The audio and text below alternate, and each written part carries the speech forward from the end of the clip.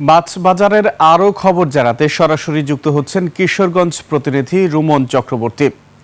রুমন, দেশি মাছের সংকট থাকায় কমেছে বেচাকেনা। আজকের বাজার সম্পর্কে আপনার কাছে আর কি তথ্য আছে? ধন্যবাদ সুমন। আসলে দেশীয় মাছের যে সংকটটি দেখা দিয়েছে, আপনি জানেন যে কিশোরগঞ্জ যে একটি হাওর বিস্তৃত অঞ্চল এবং সেখানে মাছের কিন্তু প্রচুর চাহিদা রয়েছে।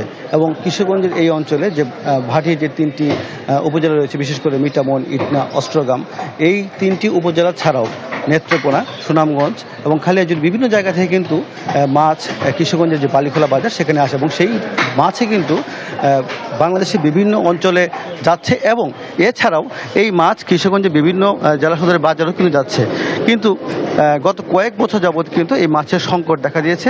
তার কিছু কারণ রয়েছে, তবে তার পূর্বে আমি আপনাকে বলি যে এই বাজারগুলিতে, বর্তমানে বাজারগুলিতে মাছের যে দরদাম, যদি আমি বলি দরদাম অনেকটাই বেশি। অর্থাৎ ছোট মাছ এবং বড় মাছ, বিশেষ করে হাওরের যে মাছগুলি রয়েছে সেই মাছের কিন্তু দরদাম অনেক বেশি রয়েছে।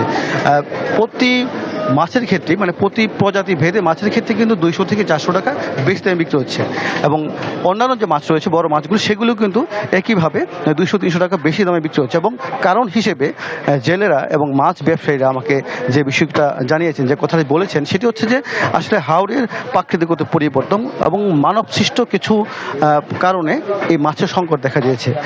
আমি কথা বলেছি জেলা মৎস্য সম্পদ কর্মকর্তার সঙ্গে এবং উনি আমাকে যে বিষয়টি জানিয়েছেন, আসলে হাওরে দিন দিন অবাধ স্থাপনা নির্মাণ হচ্ছে এবং নদীগুলো কিন্তু পলি জমে সেগুলি ভরাট হয়ে যাচ্ছে এবং এইগুলি কারণ। এছাড়াও কিছু অসাধু মাছ ব্যবসায়ী রয়েছেন, তারা মা বাবা যে মাছগুলি সেগুলি মেরে ফেলার কারণে মাছের প্রজনন ঘাটতি দেখে দিচ্ছে।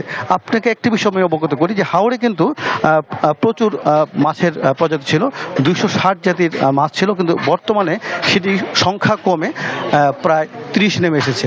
এবং এই যে মাছের সংকট এবং এই সংকটের কারণে কিন্তু প্রতিদিনই দেখা যাচ্ছে যে মানুষের চাহিদা অনুযায়ী মাছ কিন্তু খুব একটা পাওয়া যাচ্ছে না। যদিও চাষের মাছ রয়েছে, তবে যারা দেশীয় মিঠা পানি মাছ খেতে ইচ্ছুক তারা কিন্তু সেই মাছ ওইভাবে পাচ্ছেন না বাজারগুলোতে। তাই তারা একটি দাবি করেছেন, বিশেষ করে যারা জেলে রয়েছেন, জেলে এবং যারা মাছ চাষ করেন, তারা বলছেন যদি সরকারিভাবে কোনো উদ্যোগ নেওয়া হয় এবং সেই বিষয়গুলিকে যদি রোধ করা যায়, যে প্রাকৃতিক কারণ সেটি তো ভিন্ন বিষয়, কিন্তু মানবসৃষ্ট যে কারণগুলি সেগুলি যদি বন্ধ করা যায়, তাহলে হয়তো সেই আগের অবস্থায় মাছগুলিকে ফিরিয়ে আনা সম্ভব এবং প্রজনন বৃদ্ধি করা সম্ভব। সুমন, এই ছিল আমার কাছে কিশোরগঞ্জের মাছ বাজার নিয়ে সর্বশেষ খবর। রুমন, আপনাকে ধন্যবাদ। দর্শক, কিশোরগঞ্জ থেকে যুক্ত হয়েছিলেন আমাদের সহকর্মী রুমন চক্রবর্তী, জানাচ্ছিলেন সেখান থেকে মাছ বাজারের শেষ খবরাখবর।